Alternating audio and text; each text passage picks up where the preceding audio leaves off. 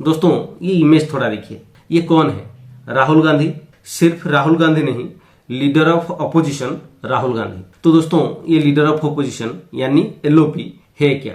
ये क्यों इतना जरूरी है? इनका काम क्या है? इस वीडियो में इस बारे में जानते हैं। तो ये लीडर ऑफ अपोजिशन है क्या, इसे एक एग्जाम्पल से समझते हैं। मान लो आपको एक काम दिया गया है, चाहे घर में हो या ऑफिस में। अगर कोई आपके काम को चेक ही ना करें, आपसे सवाल ही ना पूछे कि काम सही से हो रहा है या नहीं, तो क्या होगा? आप केयरलेस हो सकते हो, मनमानी कर सकते हो, या फिर ऐसा भी हो सकता है कि आप अपना काम प्रॉपरली ना करो। ये चीज गवर्नमेंट के साथ भी होती है। अगर गवर्नमेंट के किसी भी काम को कोई चैलेंज करने वाला ही ना हो तो गवर्नमेंट भी अपनी मनमानी कर सकती है। इसीलिए एक लीडर ऑफ अपोजिशन का सिस्टम लाया गया है। जब इलेक्शन होते हैं तो एक पार्टी जीत जाती है और सरकार बना लेती है। जैसे 2024 में बीजेपी जीती और सरकार बनाई, लेकिन जो दूसरे पार्टीज हैं जो सरकार बना नहीं पाती, उनको अपोजिशन कहा जाता है। उन अपोजिशन पार्टीज में से जो सबसे ज्यादा सीट्स जीतती है, उस पार्टी का एक लीडर होता है जिसको लीडर ऑफ अपोजिशन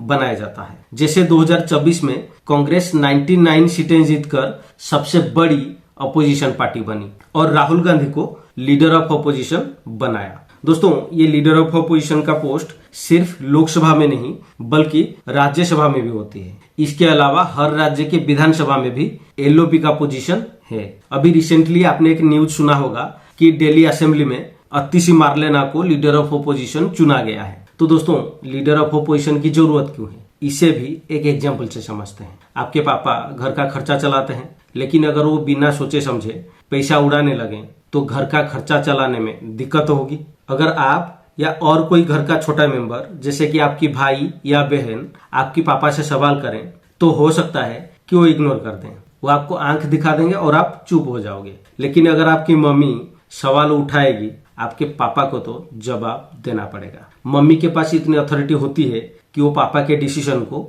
चैलेंज कर सके और इससे घर में एक बैलेंस बना रहता है। गवर्नमेंट सिस्टम में भी ऐसा ही होता है। अगर स्ट्रांग अपोजिशन ना हो तो सरकार डिक्टेटरशिप की तरह होती है। 2024 इलेक्शन से पहले आपने एक नैरेटिव सुना होगा कि अगर नरेंद्र मोदी फिर से इलेक्ट होते हैं तो देश में डिक्टेटरशिप आ जाएगी, और ऐसा अपोजिशन की तरफ से फैलाया गया था और ऐसे बोलकर लोगों के अंदर एक डर का माहौल पैदा किया गया था। लेकिन इसमें थोड़ी सच्चाई यह है कि अगर लीडर ऑफ अपोजिशन ना हो तो सरकार डिक्टेटरशिप की तरह होती है। 2014 और 2019 में सरकार ऐसे ही चली थी। अपोजिशन बहुत कमजोर था और लोकसभा में एक भी एलओपी नहीं था। सिर्फ 2014 या 2019 में नहीं बल्कि उससे पहले 1970, 1979 और 1985 में भी लीडर ऑफ अपोजिशन नहीं था। मतलब इन सभी सालों में अपोजिशन कमजोर था। जहां अपोजिशन कमजोर होता है वहां सरकार और भी ज्यादा पावरफुल हो जाती है, और जब सरकार पावरफुल हो जाती है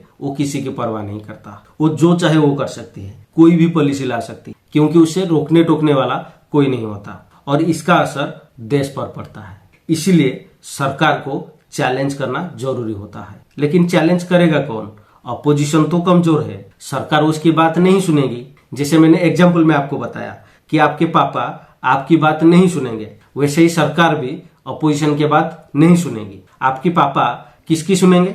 आपकी मम्मी की, क्योंकि उनके पास अथॉरिटी होती है। वैसे ही अपोजिशन के पास अगर अथॉरिटी हो एलओपी के रूप में तो सरकार को एलओपी की बात सुननी पड़ेगी। इसीलिए एलओपी जरूरी होता है। एलओपी सरकार की पॉलिसीज को क्वेश्चन करता है, उससे जवाब मांगता है और जब जरूरत हो तो अल्टरनेटिव सॉल्यूशन भी प्रोवाइड करता है। इसलिए एलओपी सिर्फ एक पोस्ट नहीं बल्कि डेमोक्रेटिक बैलेंस का एक जरूरी हिस्सा है। लीडर ऑफ अपोजिशन का कॉन्सेप्ट आया कहां से? दोस्तों लीडर ऑफ अपोजिशन का कॉन्सेप्ट ब्रिटिश पार्लियामेंट्री सिस्टम से आया है। ब्रिटेन में एक सिस्टम है his Majesty's most loyal opposition. ये 1826 में शुरू हुआ था। इस सिस्टम में अपोजिशन लीडर का एक ऑफिशियल लीडर होता है जो सरकार की पॉलिसीज को चैलेंज करता है ताकि सरकार कोई गलती ना कर सके। ये सिर्फ सरकार के डिसीजन को चैलेंज करते हैं लेकिन देश के प्रति लॉयल रहते हैं। ऐसा नहीं है कि आप सरकार का विरोध करते करते देश का विरोध भी करने लगो। इंडिया में ये कॉन्सेप्ट पहली बार 1969 में आया। उससे पहले लीडर ऑफ अपोजिशन का कॉन्सेप्ट इंडिया में था ही नहीं। दोस्तों एक फेमस ब्रिटिश लॉयर थे आइवर जेनिंग्स। उन्होंने कहा कि एलओपी अल्टरनेटिव प्राइम मिनिस्टर हैं। क्योंकि अगर रूलिंग पार्टी फेल हो जाए या अगले इलेक्शन में हार जाए तो एलओपी प्राइम मिनिस्टर बनने का स्ट्रांग अल्टरनेटिव है।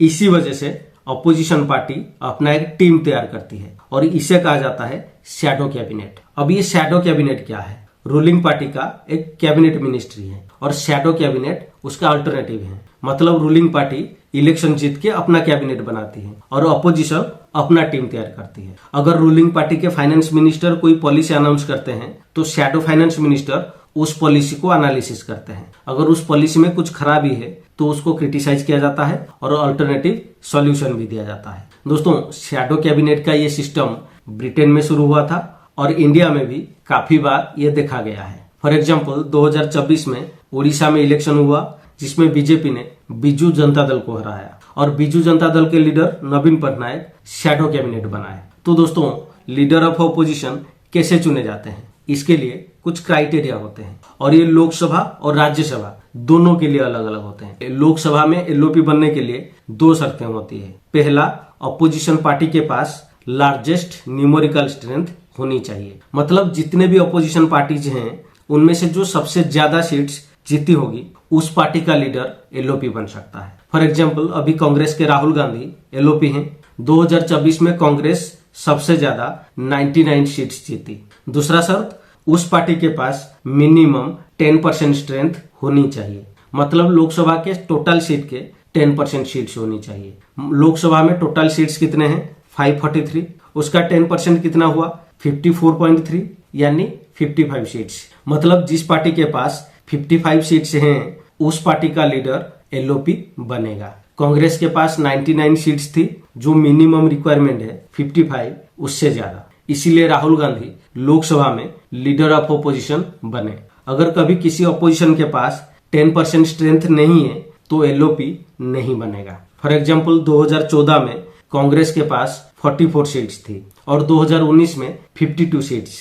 मतलब कांग्रेस के पास 10% स्ट्रेंथ यानी 55 सीट्स नहीं थी। इसीलिए लोकसभा में दोनों बार लीडर ऑफ अपोजिशन नहीं था। और उससे पहले 1970, 1979 और 1985 में भी एलओपी नहीं था। दोस्तों, कभी कभी ऐसा भी हो सकता है कि 2 अपोजिशन पार्टी के पास बराबर स्ट्रेंथ हो। मान लो किसी इलेक्शन में कांग्रेस 60 सीटें जीती और सीपीआई ने भी 60 सीटें जीती। ऐसे सिचुएशन में एलओपी कौन बनेगा?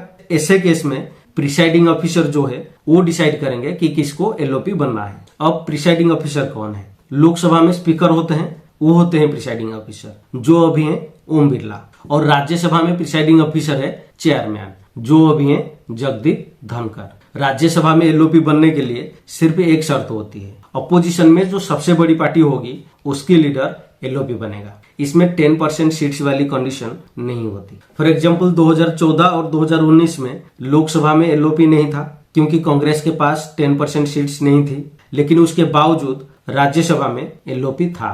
कांग्रेस लीडर गुलाम नबी आजाद और मल्लिकार्जुन खड़गे राज्यसभा में एलओपी रह चुके हैं। दोस्तों, एक इंटरेस्टिंग बात यह है कि लीडर ऑफ अपोजिशन का जो पोस्ट है वो कॉन्स्टिट्यूशनल पोस्ट नहीं है। मतलब कॉन्स्टिट्यूशन में इसके बारे में कोई मेंशन नहीं है। जैसे प्राइम मिनिस्टर, प्रेसिडेंट, स्पीकर या चीफ जस्टिस ऑफ इंडिया, इन सभी पोस्ट का मेंशन कॉन्स्टिट्यूशन में है, लेकिन एलओपी पोस्ट का मेंशन नहीं है। ये एक स्टैट्यूटरी पोस्ट है। पार्लियामेंट में लॉ बनाकर इस पोस्ट को लाया गया था। 1969 में पहली बार एलओपी पोस्ट को पार्लियामेंट में ऑफिशियली रिकॉग्नाइज किया गया था, लेकिन तब इसे कोई लीगल स्टेटस नहीं दिया गया था और इसीलिए एलओपी को कोई सैलरी या बेनिफिट्स नहीं मिल रहे थे। 1977 में पार्लियामेंट में एक एक्ट पास किया जाता है जिसका नाम है salary and allowances of leaders of opposition in parliament act. इस एक्ट के थ्रू लीडर ऑफ अपोजिशन को लीगल स्टेटस दिया जाता है और जो लीगल स्टेटस एलओपी को मिलती है वो कैबिनेट मिनिस्टर के बराबर होती है। मतलब जो भी प्रिविलेजेस, सैलरी और अलाउंसेस एक कैबिनेट मिनिस्टर को मिलते हैं वो एलओपी को भी मिलते हैं। तो एलओपी को ये सभी मिलते हैं। कैबिनेट मिनिस्टर के जितने सैलरी, गवर्नमेंट की तरफ से एकोमोडेशन, सिक्योरिटी और ऑफिशियल स्टाफ, ट्रैवल और मेडिकल बेनिफिट्स, तो ये सभी फैसिलिटीज एलओपी को मिलते हैं। दोस्तों, सरकार को चैलेंज करने के अलावा और भी बहुत सारे रोल्स और रेस्पॉन्सिबिलिटी होती है एलओपी की। एलओपी सिर्फ सरकार का विरोध नहीं करता बल्कि उसके काम का हिसाब भी मांगता है। ये एक कंस्ट्रक्टिव रोल निभाता है और इंश्योर करता है कि हर चीज पब्लिक के हित में हो। एलओपी लोगों की आवाज बनकर उनके इश्यूज को पार्लियामेंट में उठाता है, चाहे वो महंगाई हो, बेरोजगारी हो या करप्शन। जब भी कोई बिल या पॉलिसी आता है तो एलओपी उसका एनालिसिस करता है और उसके फ्लॉज को पॉइंट आउट करता है और अगर जरूरी हो तो अल्टरनेटिव सॉल्यूशन भी देता है। एलओपी सिर्फ सरकार का विरोध नहीं करता बल्कि जरूरी वक्त पर उसका सपोर्ट भी करता है। दोस्तों, इसके अलावा एलओपी का और भी इम्पोर्टेंट रोल है। कुछ इम्पोर्टेंट पोस्ट है जिनको अपॉइंटमेंट करने में एलओपी का योगदान रहता है, जैसे कि CBI director, election commissioner, enforcement director, national human rights commissioner, Lokpal chief और audit and expenditure committee of government expenditure. तो दोस्तों, लीडर ऑफ अपोजिशन सिर्फ अपोजिशन का एक लीडर नहीं बल्कि डेमोक्रेसी का एक इम्पोर्टेंट पिलर भी है। आशा करता हूं कि ये वीडियो आपके लिए इन्फॉर्मेटिव हुआ होगा और ऐसे और भी इन्फॉर्मेटिव वीडियोस देखने के लिए चैनल को सब्सक्राइब कीजिए और ये वीडियो कैसा लगा कमेंट करके जरूर बताइए।